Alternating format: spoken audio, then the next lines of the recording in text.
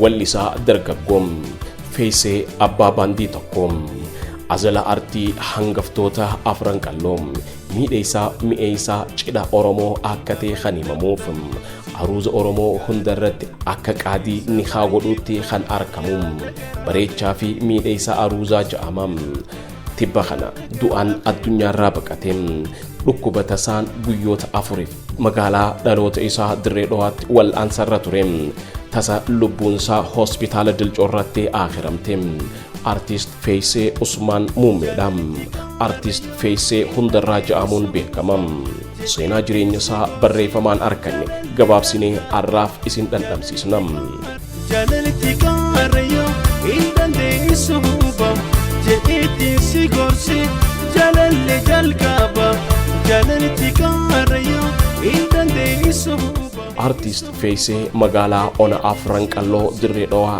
ganda laga harreet abbaa isaanii obbo Usman Mumee fi harmee isaanii addee Sa'aadaa Muhammad Irraam adoolessa 20 bara 1976 akka lakkoofsa Itiyoophiyaatti dhalatan.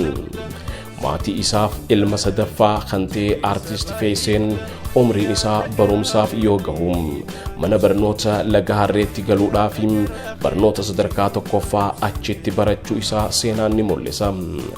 barnoota sadarkaa lammaffaa mana barnoota waliigalaaf qophaa'insa dirree dhawaa high school seenaa dirree dhawaa irratti argamutti hanga kutaa 12 baratee xumure.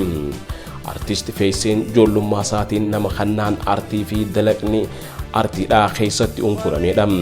jireenya isaa ijoollummaadhaan gara artiitti butamee muuziqaa imalmaanaa nama jaalatu akka ta'e himamam. wallisaa Feysee Usman daa'imummaa jaalala artiif olaanaa qaburraa kan ka'e. artist Mahdi Abdurrahman Fajala yookaan Mahdi xiqqaa jala deemuudhaan beekamam. weedduuwwan isa jalatti leenji'uudhaan meeshaawwan muuziqaa kiiboordii fi gitaara bareechee isa jalatti barate. aruuzoota hundarratti argamuun isa waliin weellisam.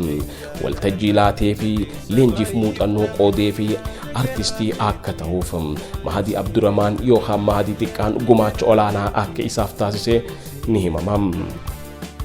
walakkeessa bara 1990 keessa hara artiitti makame. artist Feyseen bara 1996 akka lakkoofsa Itoophiyaatti jalqabuun waltajjiilee hawaasummaa kanneen akka cidhaa eeybaa fi konsertiilee hawwisoolee garagaraa waliin dhiyaachuudhaan hojii muuziqaa waggoota 20 dabran hojjeteeti jira.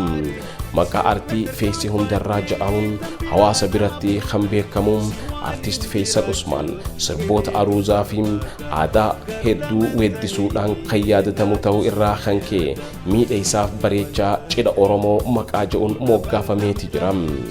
aruuzoota Oromoo biyya keessaaf biyya alaa Keeniyaa Naayiroobiitti Harargee bira dabree handhuura Oromiyaa Finfinnee hoteela guddicha Itiyoophiyaa Sharaatanitti argamuun weeddiseeti jira. aruuzni Oromoo Feysee malee hin bareedu hamma ja'amus gaheeti jira. gurbaan muuziqaa Oromoodhaan imalmaanaa beekamee fi wal bareehuun waggoota 20 dabran seenaa muuziqaa Oromoo keessatti hojiilee artistoota gameeyyiif hangaftootaan hojjetaman miidheessee bareechuun dhiheessuun gumaacha olaanaa taasiseeti jira. halkan dukkana keessatti qophaa imimmaan jaalala warra dhabaa yeroo dabarsinee taagammachuu garaan hooda dhabee irraanfachuu yeroo dabarsinee taagammachuu garaan hooda dhabee sirna cidha Oromoo magaalaa baadiyyatti Oromoon gaggeeffatu irratti afeeramuudhaan hoggayyuu kiiboordii tokkoon kan dhufu Feyseen kiiboordii ifii taphachaa weellisuudhaan dandeettii kennaa artistootni biraa hin qabne nama badhaafame akka ta'e amanamam. artist Feysee Usman sirboota afaan Oromootiin sirbu malee afaan Somaalee, afaan Hararii, afaan Affaarii fi afaan Arabaa bareechee nama weellisuu danda'uudha. sirboota Ali Shabboo, Adam Harun, Kadir Sa'id, Himee Yusuf, Ali Birraa kan weellistoota maraa bareechee miidheesseedhaan taphatam. haala kanaan sagantaa eeybaa fi cidha hundarratti yoo arkamu sirboota aruuzaa aadaa mi'eessuu fi miidheessuudhaan wallisuudhaan ummata buhaarsuu bira dabreem hojii artistoota hangafoota afran qalloo waggoota dheeraa dura weeddifaman yaadachiisuudhaan nama hojii ol aanaa hojjetedha. Artist Faisal Usman wallisaa sirboota qeenxee mataa isaa hojjechuun Oromoodhaaf gumaachuudhaan wal barsiisedha. Akkanumattuu hojiilee haariyaa hojjetaman kan ummata biraan hin gahin sirboota 24 yookaan albama lamatti dhiyaatu nama qabu akka tahee seenaan isaanii agarsiisa. Faisal meeshaawwan muuziqaa kiiboordii malee gitaara bareechee taphachuu danda'e. Artistii kana wallistoota hundarraa adda kan taasisu seenaa muuziqaa Oromootti kan makame wallisaa Mahadii Xiqqaa wajjin hojjechuu qofaanim malee hawwisoo fi baandilee garagaraa keessatti galee hojiileen inni hojjetee fi baandii akkanaarraa argame ja'amee nama dubbatamuuf akka hin taane himamam.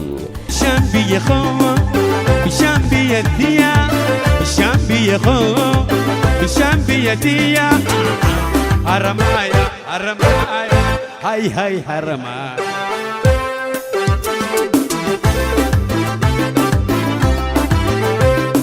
Debu baftutia, inda diredawa, kalma visiade, karam kosi hawa. Debu baftutia. Jirta dirredawa galma fi siyade garan kosi hawa bishan biya ko lugani ni kupani tanti biya to sakami nafsani bishan biya ko lugani ni kupani tanti biya to sakami nafsani bareetu intala mi'oytu annani shaggee dirree dawaa laalani ni kuufani. Faisal hundarraa yookaan Faisal Usman seenaa jireenya muuziqaa Oromoo keessatti maqaa olaanaa qabuun hawaasa Oromoo biratti jaalala guddaa nama gonfatedha. Jireenya hawaasummaa isaatiin walitti dhufeenyaaf hariiroo gaarii namoota qabu. Akhiramu isaatiin ji'a tokko duram sagantaa aruuzaa tokko irratti Elemoo Alii fi akkanumattuu wallisaa Muhammad Abbaas meeshaawwan muuziqaa kiiboordii taphachuun weeddulee isaanii kan isaan dabalee ta'uu harkaa ija keenyaatiin mirkaneessineeti jirra. Guyyoota 4 qofa dhukkubsatee hospitaala galeem dareenya sombaatiin hubame dilcoorratti wal'aansarra turuus lubbuun isaa hagayya 20 bara 2016 dhalatee umrii isaa waggaa 40tti du'aan addunyaa kanarraa galeeti jira. Sirni awwaalcha isaa magaalaa dhaloota isaa Dirree Dhawaa qabrii hawaasa muslimaa Sayyid Abdallah ja'amuun beekamutti kan raawwatame yoo ta'u kantiibaa bulchiinsa Dirree Dhawaa kabajamoo obbo Kadir Juhar dabalatee qondaaltotni mootummaa olaanoon hawaasni Oromoo bal'aan bahuudhaan seenaa sirna awwaalcha Oromoo artistootaaf gaggeeffame keessatti artistoota gurguddoo akka artist Ali Birraa, akka Halloo Daawwee, akka Nuhoo Goobanaatiin dirree hubbaatti bahamee nama salaatamee fi sirni gaggeessaa taasifameefidha. Sirni awwaalcha miidhagaa fi hawwataa gaggeeffameen ummanni Oromoo kabajaaf jaalala isaaf qabu taasiseeti jira. Faisal nama bultii jaarii fi abbaa ilmaan 3 kan ture yoo ta'u ilma dhiiraa tokkoo fi ijoollee dubaraa 2 dhalee addunyaa kanarraa gargar galeeti jira. Kurfiin soora bohaartiin arraaf barreeffamaan seenaa jireenya isaa gabaabsitee bifa kanaan isiniif qoodde. Fuuldura hiriyoota isaatii fi waahillan isaa maatii isaa waliin turtii taasisnee qabannee kan dhiyaannu taachaa gamanumaan waadaa gallam. Halkan dukkana keessatti qophaa imimmaan jaalalaa warra dhabaa yeroo dabarsinee taagammachuu garaan hooda dhabee irraanfachuu. Yeroo dabarsinee taagammachuu garaan hooda dhabee lulii lay lay. Teessootii fageenya yaada kee dhiheenya. Teessootii fageenya yaada kee dhiheenya. Kan dhuftee lalaallee karaa kee jabeenya.